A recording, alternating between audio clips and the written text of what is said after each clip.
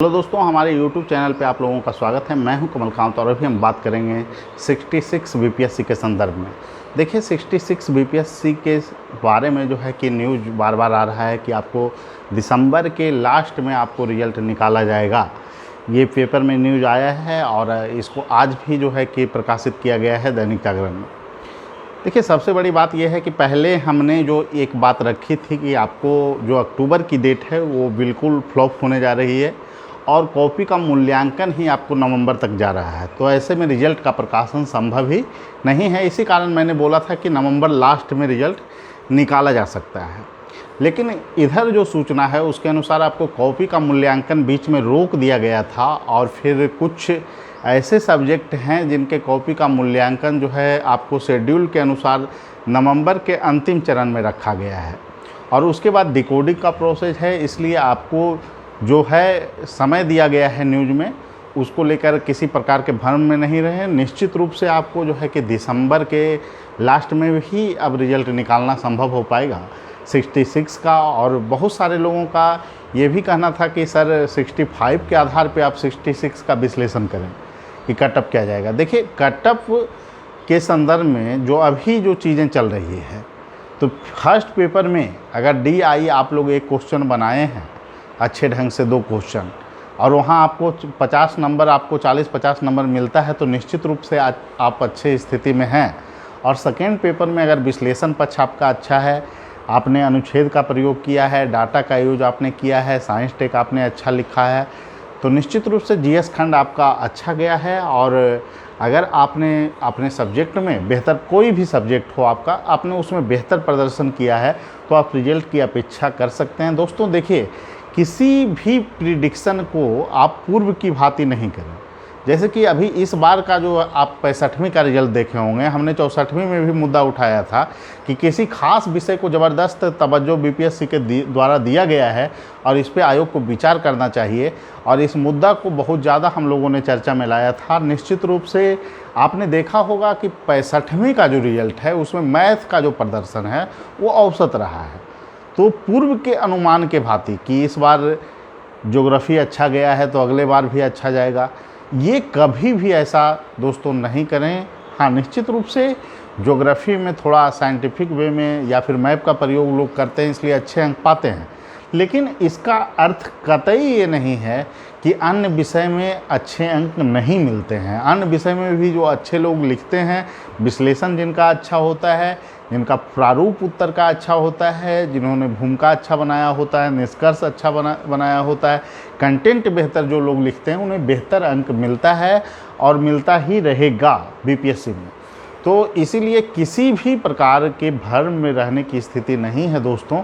लेकिन हाँ, अगर आपके 1-2 बार पेपर में ख़राब अंक आ रहे हैं तो आप स्वयं का मूल्यांकन करें, और अगर आपको लगता है कि आप इस विषय के साथ न्याय नहीं कर पा रहे हैं तो आप दूसरे विषय में जा सकते हैं। विषय से मानसिक रूप से बहुत ज़्यादा जुड़ाव होना भी जो है कि सही नहीं है कि मैं इसी विषय के साथ सिलेक्शन लूँ, ये ज़रूरी नहीं है।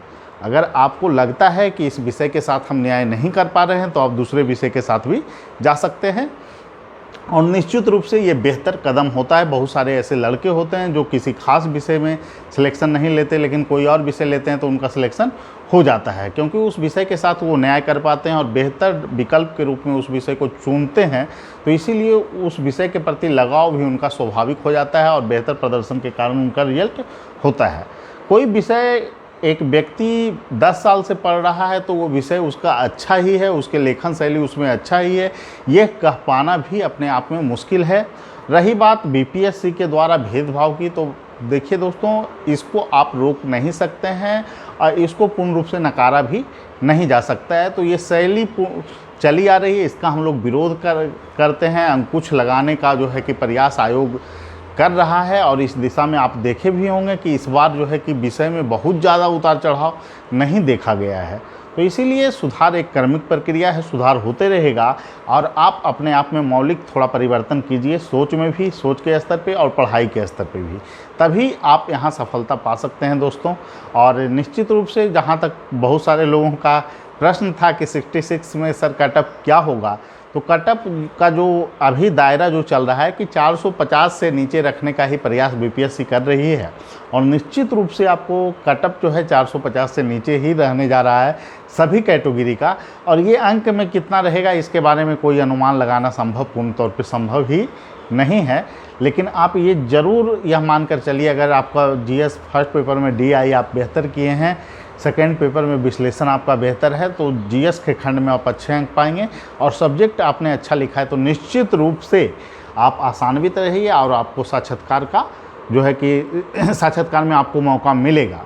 रही बात साक्षात्कार की, दोस्तों एक बात मैं कहना चाहूँगा, हमारे यहाँ बहुत सारे बच्चों ने साक्षात्कार दिया और बहुत सारे अच्छे स्कोर भी पाए हैं, 90 अंक भी पाए हैं हमारे यहाँ से, जो कि संभवतः टॉप स्कोर है इस बार का।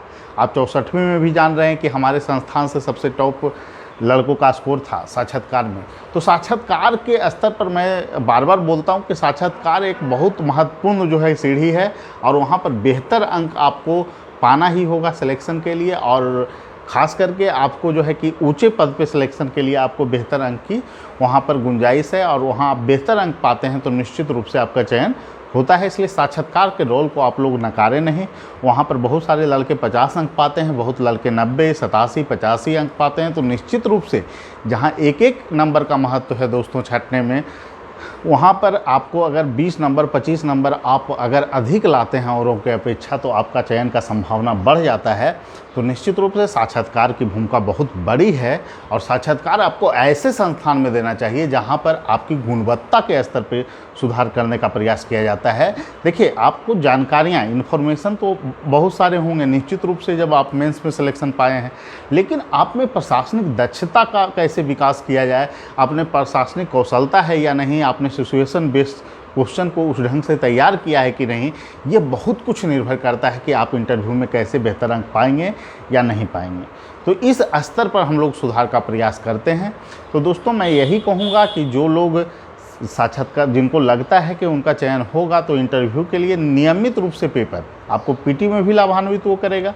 नियमित रूप से न्यूज़पेपर आप लोग आज से ही पढ़ना शुरू कर दें, और 3 से 4 मॉक आप लोग किसी संस्था में ज़रूर दें, जिससे कि आपको निश्चित रूप से आप पहले से बेहतर जो है कि आपकी कोशिश अगर रहेगी, तो वहाँ पर भी आप समान ढंग से इंटरव्यू दीजिएगा, और आपको ये नहीं लगेगा कि आप किसी विशिष्ट जगह पे पहुँचकर साक्षात्कार दे रहे हैं, जो कि आपको मानसिक रूप से साक्षात्कार में मजबूती प्रदान करेगा। ठीक है दोस्तों, यही बात आप लोगों को कहना था, और 66 को लेकर लगातार मैसेज आ रहे थे, इसलिए आप लोग से रूबरू होना पड़ा अभी।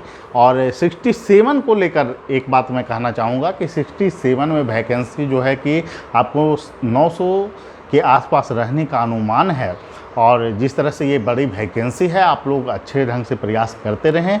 और निश्चित रूप से अगर पीटी में आप सफलता पाते हैं, तो आप मेंस में अगर स्ट्रेटजी के तहत तैयारी करते हैं दोस्तों, तो आप अंदर 100 रैंक भी ला सकते हैं बीपीएससी में।